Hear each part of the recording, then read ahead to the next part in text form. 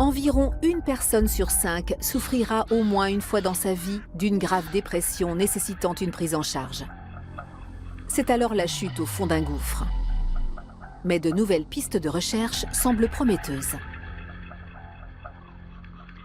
Force est de constater que chaque dépression est unique et que les moyens de la soigner ou de la prévenir sont tout aussi divers que ses causes. Salut, soyez les bienvenus dans Xenius. Bienvenue à tous. Pour parler de ce sujet complexe, nous sommes aujourd'hui à l'hôpital Sainte-Anne à Paris, où 1 millier de patients sont traités pour dépression, la plupart en ambulatoire. Et nous rencontrerons tout à l'heure l'un d'entre eux. Ici, on soigne, mais on fait aussi de la recherche afin d'apporter aux patients de nouvelles solutions pour s'en sortir. La dépression est une pathologie que le malade a souvent du mal à admettre. Mais une de ces causes possibles touche la plupart d'entre nous, le stress. Le couple, le travail, les enfants, du stress et encore du stress. Place au calme. Inspirez profondément, expirez bien. Regardons maintenant en toute sérénité quel rôle joue le stress dans la dépression. Rendez-vous pour cela au Stress Lab de l'Université de Californie aux États-Unis. Des scientifiques y étudient les relations entre stress, inflammation et dépression. Ils travaillent à partir d'un stress social produit de façon artificielle. On suggère aux volontaires qu'ils sont rejetés par les autres ou qu'ils sont exclus d'un groupe. Simultanément, les chercheurs observent ce qui se passe dans leur cerveau. Certaines régions du cerveau activées pendant l'expérience sont les mêmes que celles activées quand on expose un individu à une douleur physique, comme la chaleur. C'est un phénomène très intéressant, parce qu'il suggère qu'il existe peut-être des similitudes au niveau neurobiologique entre la façon dont le cerveau traite l'expérience de la douleur physique et la façon dont il traite celle de la douleur sociale. L'hypothèse des chercheurs, plus le cerveau réagit au stress, plus le corps déclenche une réaction inflammatoire importante. L'explication pourrait se trouver dans l'histoire de l'évolution humaine. Le stress des premiers hommes était avant tout une question de survie. L'homme est alors constamment menacé par des bêtes sauvages ou des congénères hostiles. Son cerveau analyse donc en permanence l'environnement. Face à une situation menaçante, il active non seulement les muscles et le système cardiovasculaire, mais aussi le système immunitaire, afin de se préparer à une éventuelle agression. Le corps produit et libère des substances inflammatoires. Ainsi, en cas de blessure, les bactéries et les virus qui pénètrent dans l'organisme peuvent aussitôt être combattus.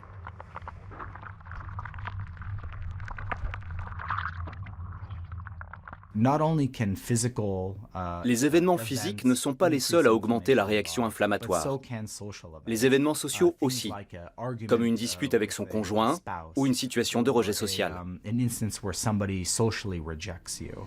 Selon toute hypothèse, ces inflammations entraîneraient un risque de dépression plus élevé chez certains sujets que chez d'autres. Ce phénomène trouverait ses racines dans l'enfance. Des expériences sociales négatives pourraient altérer durablement le système immunitaire.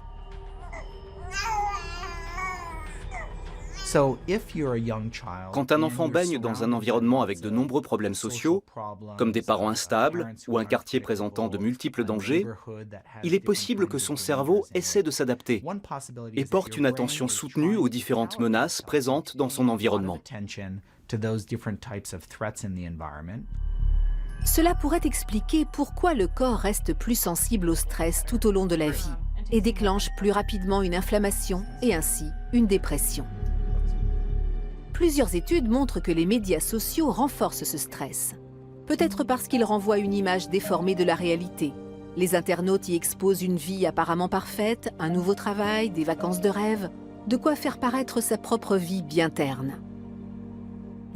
Le sentiment de gaspiller son temps devant l'écran n'arrange rien à l'affaire, sans compter que la nature même des médias sociaux nourrit le stress. Ce qui a changé, c'est que nous avons à disposition une réalité virtuelle d'expériences sociales à laquelle nous pouvons nous connecter à toute heure du jour et de la nuit. Autrement dit, les expériences du monde virtuel, y compris négatives comme une dispute, peuvent vite devenir envahissantes.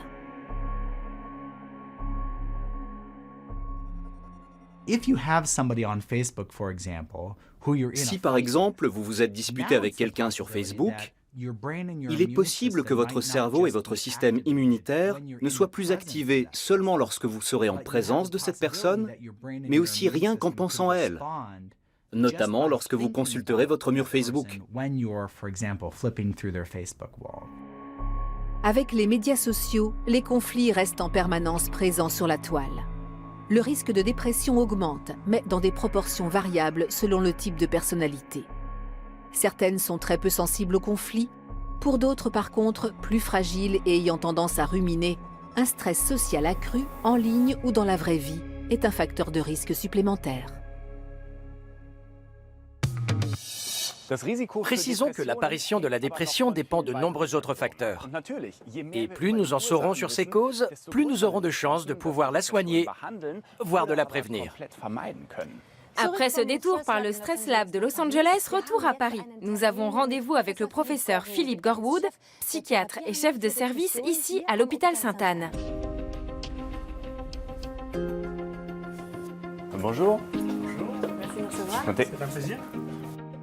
Une des premières difficultés de la dépression, c'est d'abord de reconnaître que l'on va avoir besoin d'aide. Comment savoir à partir de quand il faut consulter? C'est difficile parce que la dépression, c'est un truc de l'humeur, c'est-à-dire qu'on n'a pas le moral, et tout le monde, à un moment ou à un autre, n'a pas le moral. La différence, c'est que cette morale bas, il va perdurer. Pas un jour ou deux, plus de 2 semaines d'affilée, ce qui n'est déjà pas un bon signe. Je dors mal, j'ai pas beaucoup d'appétit, j'ai du mal à me concentrer, j'ai du mal à faire face aux choses de tous les jours. Et cette convergence de problèmes et de symptômes sur une durée suffisante nous permet d'amener au diagnostic de dépression. Et normalement, c'est qui dit là, il y a peut-être une dépression? C'est le patient lui-même, c'est la famille ou ce sont les amis? Ce qui est important, c'est que les patients ont du mal à aller se dire ce que j'ai là actuellement, mon cafard, le fait que j'ai du mal à fonctionner, c'est dû à une dépression. C'est un concept compliqué à comprendre. D'où l'importance de peut-être se tester soi-même, parce que les amis ont du mal à faire ce diagnostic, y compris la famille ou les proches. Ils ont du mal à percevoir ça comme un trouble. Et le patient lui-même, il peut aller sur Internet, taper des mots-clés en tapant dépression, questionnaire. Et il y a beaucoup de questionnaires qui sont très faciles à remplir, qui prennent 5 minutes et qui vous disent que si vous êtes au-dessus d'un certain seuil, vous avez peut-être une dépression. Et ça doit mettre la puce à l'oreille en disant peut-être que j'ai besoin d'être aidé et aller consulter un médecin, son généraliste ou son psychiatre. On parle plus facilement de burn-out, mais dans ce cas-là, cela nécessite aussi un traitement comme une dépression? Alors c'est vrai que le burn-out, c'est une question un peu touchy parce que c'est considéré comme étant une maladie professionnelle. Mais pour nous en psychiatrie, c'est simplement une dépression qui s'exprime dans le cadre de stress plus professionnel qu'autre chose. Mais finalement, quelle que soit la source du stress, la dépression, c'est la même maladie. Chaque dépression est spécifique, cela veut dire qu'il y a un traitement personnalisé, mais est-ce que tous vos patients ont besoin d'antidépresseurs? Aucun patient ne ressemble à un autre patient. Qui plus est, dans la dépression, on ne traite pas de la même manière quand c'est un premier épisode chez quelqu'un qui n'a pas d'autres anomalies et quelqu'un qui a fait un 5e ou un 6e épisode, qui a d'autres maladies, comme par exemple les troubles anxieux. Et donc, on adapte nos traitements en fonction de l'individu particulier pour qu'il soit le plus adapté à ce cas spécifique. Alors, on donne des antidépresseurs qu'à partir d'un niveau de sévérité. Les dépressions très mineures, modestes, répondent mieux à la psychothérapie qu'aux antidépresseurs. Dès que la dépression devient suffisamment sévère, et notamment à interférer sur la vie quotidienne, alors en général, on a besoin d'un médicament antidépresseur. Et pourtant, il y a des patients qui ne répondent pas favorablement aux antidépresseurs. Quelle autre possibilité y a-t-il là? C'est vrai qu'il faut rappeler le fait qu'on n'a pas 100% d'efficacité, on a quand même 70%. Étant donné qu'on a de nombreux traitements, on arrive en général à soigner la dépression. Et on a maintenant tout un panel d'activités thérapeutiques qui peuvent aider un patient déprimé. Les antidépresseurs, bien sûr, mais la psychothérapie, ce d'autant que le patient est déjà un peu amélioré, alors qu'on a aussi d'autres modalités, comme les champs magnétiques, avec la rTMS, les champs électriques avec la TDCS, et maintenant aussi des anesthésiants comme la kétamine qu'on peut utiliser chez les patients particulièrement déprimés. On a après d'autres traitements associés, des psychothérapies bien sûr, l'activité sportive qu'on utilise quand les patients peuvent le faire. Donc toutes ces activités-là, on trouve le bon mélange pour le bon patient par rapport à la bonne pathologie pour l'aider à sortir au mieux et au plus vite de l'épisode actuel. On a vu dans le reportage que le processus inflammatoire peut déclencher des dépressions. Est-ce que cela influence déjà votre façon de traiter les patients ou est-ce que cela va influencer les thérapies? Alors ça l'a déjà fait puisqu'on a maintenant quelques études qui ont montré que des anti-inflammatoires, quand ils étaient associés aux antidépresseurs, augmentaient les chances d'efficacité. Là où c'est compliqué, c'est qu'il nous faudrait des traitements anti-inflammatoires beaucoup plus ciblés, parce que l'inflammation, c'est un processus naturel, physiologique, donc on en a besoin, et on voudrait essayer d'empêcher surtout la neuroinflammation, le processus inflammatoire dans le cerveau. Ici, à l'hôpital, vos patients se sentent très protégés. Comment est-ce que vous les aidez à sortir? En fin d'hospitalisation, les patients vont mieux, c'est pour ça qu'ils peuvent sortir, mais ils ne sont pas forcément prêts à se confronter à l'environnement extérieur. Alors on fait des choses simples, d'abord des préparations psychologiques, on les met en situation, on les incite à anticiper cette sortie. On fait dans ce registre-là aussi des permissions, c'est-à-dire qu'avant de sortir complètement, ils passent une journée ou 2 journées chez eux, et puis ils reviennent. Et pour nous, c'est un bon thermomètre. On se rend compte s'ils disent « qu'est-ce que c'était bien d'être à nouveau chez moi ?» ou alors « ça a été l'horreur, je ne me sens pas prêt du tout ». Donc on teste un peu les choses pour ne pas le faire de manière trop brutale, parce que sinon on peut avoir après des effets de rechute importants. La grande angoisse, une fois qu'on a souffert d'une dépression, c'est d'en faire une deuxième. Est-ce qu'on peut dire qu'on peut sortir durablement de cette maladie? Une partie non négligeable, à peu près la moitié, va en faire un deuxième. Là où pour nous c'est très important que les patients connaissent bien cette notion-là, c'est que plus on va faire d'épisodes, plus on va être à risque d'en faire. Mais on sait que quand on a fait 2 ou 3 épisodes, le risque de recommencer est tellement important qu'on préfère garder les médicaments parce qu'ils vont, eux, éviter l'épisode à venir. Merci beaucoup. Merci. Merci. Toute la question est donc d'empêcher la survenue d'un nouvel épisode dépressif. Et le professeur Gorwood, précisément, étudie les facteurs qui entrent en jeu. Le piège de la dépression. Tristesse, vide, angoisse, isolement.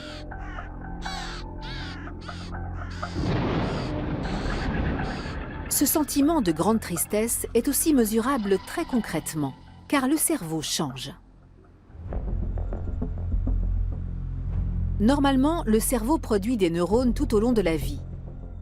Ceux-ci lui permettent de s'adapter à de nouvelles situations jusqu'à un âge avancé. Nous pouvons ainsi apprendre en permanence et réagir à ce que nous assimilons. Une dépression perturbe ces processus. L'explication probable est que les molécules de l'inflammation et les hormones du stress, comme le cortisol, empêchent la formation de nouveaux neurones. Conséquence, l'hippocampe, la zone du cerveau responsable de l'apprentissage et de la mémorisation, s'atrophie. L'équipe du professeur Gorwood suppose que c'est pour cela que les sujets dépressifs sont moins à même de comprendre leur environnement et d'apprendre de celui-ci. Finalement, il y a une espèce de génie évolutif de la maladie qui va vers la récurrence si on n'interfère pas sur ce processus. Sans un renouvellement efficace des neurones appelé neurogenèse, les nouvelles impressions entraînent vite un surmenage. Le sujet dépressif évite alors ce qui est pour lui synonyme de stress, c'est-à-dire tout. De quoi augmenter encore sa dépression et sa sensibilité au stress. Le cercle vicieux de la dépression se referme alors sur lui. Ils vont surtout se souvenir des émotions négatives, de critiques, d'émotions négatives, qui en fait, on le comprend de ce fait, va faire aussi que le sujet sera plus imprégné d'informations négatives, parce que c'est les seules dont il se souvient. La probabilité de connaître une récidive est élevée. En moyenne, un premier épisode dépressif est suivi par un second chez 1 sujet sur 2. Et le risque s'accroît avec le nombre de rechutes. 90% des patients touchés à 3 reprises par une dépression en affronteront une 4e. Ce processus est heureusement réversible. On sait aujourd'hui que les antidépresseurs stimulent la production de nouveaux neurones. C'est le cas aussi des thérapies comportementales, de la réduction du stress fondée sur la pleine conscience et du sport. Tout ce qu'on gagne comme période de vie sans dépression va permettre de restaurer les processus neurotrophiques, neuroplastiques et puis de qualité de vie, tout un ensemble de choses qui vont permettre de réduire de plus en plus le risque de rechute. Mais de nombreux patients ne reçoivent pas l'aide professionnelle quand ils en ont besoin. Les listes d'attente chez les spécialistes sont longues. Il faut souvent patienter plusieurs mois avant d'obtenir un rendez-vous. Les conséquences sont dramatiques. Plus la prise en charge adaptée est tardive, plus il sera difficile de sortir du cercle infernal de la dépression. Nous allons maintenant rencontrer Jan Olschacker. Il est soigné depuis 2013 à l'hôpital Sainte-Anne et il est suivi en ambulatoire. Guten Tag. Bonjour. Bonjour, Yann. Oui, un petit peu d'eau. Monsieur Olschacker, quels ont été chez vous les premiers signes qui vous ont fait réaliser que vous souffriez de dépression? Ça remonte à ma post-adolescence. Je suis monté à Paris pour mes études. Et dans mon lycée bordelais, j'avais 15 de moyenne en philo, j'étais le meilleur élève. Et je suis arrivé au lycée Louis-le-Grand, j'ai pris 5. J'ai rien compris et j'ai fait une tentative de suicide. Et c'était difficile de réaliser que ça soit une dépression? J'ai été très tôt en psychanalyse, dans la foulée. Et j'étais chez ma grand-mère et j'ai passé 6 mois au lit. Donc le diagnostic était assez clair, mais il était erroné. Parce qu'on avait diagnostiqué une dépression classique. Et ce n'est qu'à 35 ans, après un accès maniaque, que nous avons diagnostiqué une dépression bipolaire avec un up maniaque. Et ça ne se traite pas du tout de la même façon. Vous avez passé 2 séjours à l'hôpital Sainte-Anne, le dernier en 2015. Qu'est-ce que cela vous a appris? Quand j'ai atterri à Sainte-Anne, je suis parti en manie. Et on a introduit un neuroleptique atypique, la kétapine, pour éviter pour calmer la musique qui s'emballe trop vite. Et j'ai eu la chance de pouvoir assister au cycle de thérapie cognitivo-comportementale du docteur Mirabel Saron et Sioboud. Et alors, la TCC, c'est la thérapie du comment. On ne rentre pas dans la boîte noire de l'avion, savoir pourquoi il était en panne, etc. On va essayer de le faire redécoller. Et on va apprendre tout un tas de tactiques de judo, jiu-jitsu, pour tomber, se relever, tomber, se relever. Parce que le but, c'est pas de ne pas tomber. Vous allez toujours retomber un moment ou un autre. C'est de se relever le plus rapidement possible. Moi, ça m'arrive plusieurs fois dans la journée. Un stress qui ne vous fera rien, moi, ça va me faire partir en sucette. Vous avez un exemple? Par exemple, on avait rendez-vous, on a dû changer un petit peu les dispositifs de restaurant et tout, alors que dans ma tête, c'était vissé. Parce que je suis un petit peu un fétichiste de la parole. Quand c'est dit quelque chose, ça fait loi. Et ça change. Et mon psychisme n'est pas assez souple pour le comprendre, à la base. Après, je m'entraîne pour devenir plus souple. Et alors, on se sert de techniques, de thérapie cognitivo-comportementale. Par exemple, là, nous avons rendez-vous le 15 mars pour faire cette interview, et au dernier moment, le lieu de tournage est déplacé. Ah, déjà faire. Je peux me mettre en irritabilité, en colère intérieure, en panique. Ça va être l'émotion induite par la pensée automatique. Et après, le comportement, ça peut faire une attaque de panique, ça peut faire la veille complètement déprimé, ça peut faire de la colère, irritabilité. Donc, situation, pensée automatique, émotion, comportement ou sensation, le corps. Et ce qu'on va faire, c'est jouer sur les pensées automatiques. On a des leviers pour ça. Qu'est-ce qui vous a aidé pour justement apprendre à gérer le retour à la vie quotidienne? La famille, les amis et mes collègues de travail. Donc, votre travail a aussi joué un rôle positif pour votre condition? Complètement. Je pense que des gens qui n'ont pas de travail, c'est beaucoup plus difficile de s'en sortir. D'abord, le travail, vous êtes obligé d'y aller. Il faut se lever le matin, vous avez un cadre, des horaires, des choses à faire, ça vous valorise socialement. Vous diriez qu'aujourd'hui, vous avez apprivoisé la maladie? Oui, c'est ça. On peut gagner des batailles tous les jours et on l'apprivoise. Ça devient votre meilleur ennemi. Même peut-être, parfois, la dépression peut être positive. Elle peut vous amener des choses, de la créativité. Donc, effectivement, on l'apprivoise. On dit le plus souvent, je ne peux pas arrêter la vague, mais je peux la surfer. Merci pour votre témoignage. Merci beaucoup. Une chose est claire, pour sortir de la dépression, il est indispensable de consulter un spécialiste. Et il existe désormais des aides en ligne. C'est l'histoire imaginaire d'une jeune femme allemande que nous prénommerons Lisa et d'un jeune homme français que nous appellerons Marc. Tous les deux partent à la recherche d'un traitement contre la dépression sur Internet. Sur la toile, ils trouvent une foule d'informations et d'offres thérapeutiques. Mais comment juger de leur qualité et où se situent les limites? Des thérapies en ligne. Birgit Wagner étudie depuis plusieurs années cette nouvelle tendance. Internet offre aujourd'hui aux patients des possibilités encore inconnues il y a 10 ans. Commençons par Marc. Le jeune homme choisit une psychothérapie par webcam, une pratique récente en France, mais courante en Scandinavie, au Canada et en Australie. Les rendez-vous sont généralement rapides à obtenir. Nathalie Holberg-Bailly est une psychothérapeute française installée en Suède. Depuis 4 ans, elle soigne par écran interposé des Français du monde entier. Une offre plutôt adaptée, selon elle, aux patients jeunes. Ça correspond à leur mode de vie. On est sur les réseaux sociaux, on est sur Internet, on parle des milléniums. Les milléniums, ils sont parfaitement là-dedans. Pour eux, c'est juste normal.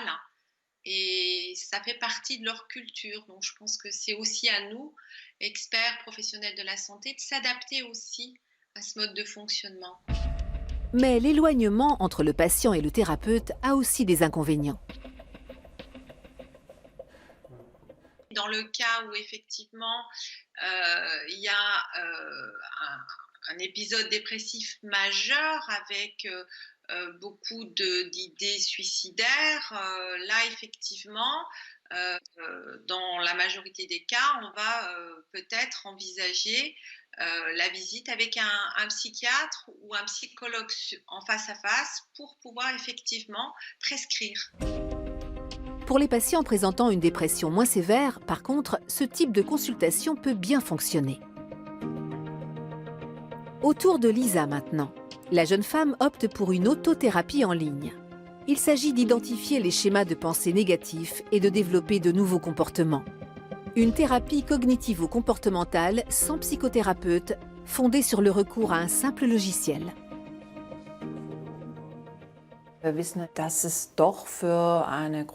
De nombreuses études ont montré que les thérapies en ligne sont efficaces. Le risque réside en revanche dans le diagnostic. Lors d'une consultation en ligne, nous ne sommes pas en face à face avec le patient. Il est donc parfois très difficile d'apprécier son état réel. Les thérapies en ligne se heurtent par conséquent à leurs limites et ne sont pas adaptées aux patients souffrant de dépression sévère. Lisa finit par obtenir un rendez-vous chez un psychothérapeute et utilise en complément une application smartphone qui fait office de journal de bord de son humeur. Ses pensées et ses sentiments, son état physique et psychique, autant d'informations qu'elle peut envoyer à son thérapeute avant la séance suivante.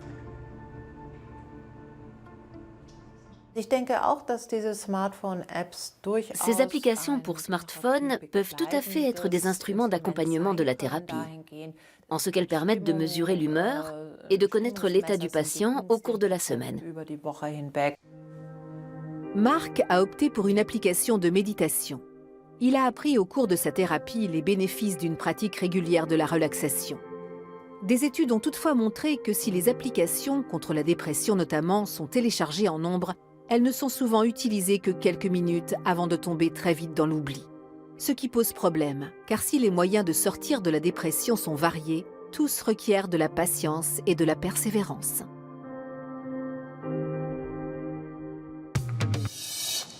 Une chose est sûre, plus une dépression est diagnostiquée tôt, mieux elle pourra être soignée. Et la première étape, c'est peut-être justement un test en ligne. C'était le dernier petit conseil du professeur Gorwood. C'est l'heure de se dire au revoir. Salut!